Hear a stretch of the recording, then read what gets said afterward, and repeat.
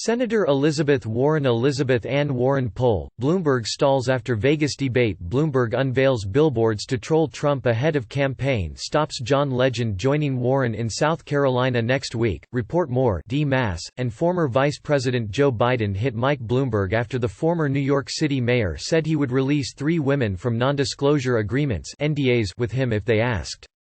Warren said the effort is just not enough, and that he should release every woman with whom he has an NDA.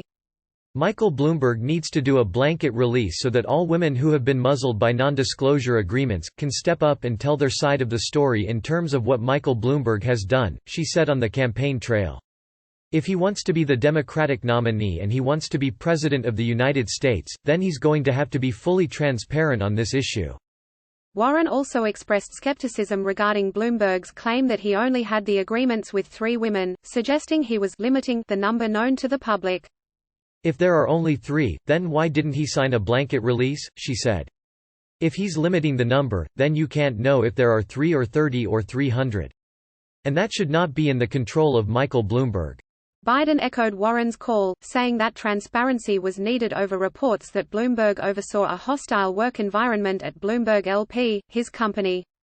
Horror stories abound in the public record about the culture at Bloomberg LP under Mayor Bloomberg's leadership, as do deeply concerning accounts of his own statements toward women employees there, said Kate Bedingfield, Biden's campaign manager. Today's release essentially tells the public nothing. We don't know how many women signed these NDAs, what percentage of NDAs this represents, or what categories of signed NDAs exist that are excluded, she continued. It is well past time for Mayor Bloomberg to dispense with tricks and come clean with everyone he's asking to vote for him about this very important part of his record. The broadsides came after Bloomberg cleared the way Friday for 3 women believed to have accused him of sexist or misogynistic comments to be released from the agreements. If any of them want to be released from their NDA so that they can talk about those allegations, they should contact the company and they'll be given a release, Bloomberg said in a statement. I've done a lot of reflecting on this issue over the past few days and I've decided that for as long as I'm running the company, we won't offer confidentiality agreements to resolve claims of sexual harassment or misconduct going forward, he said.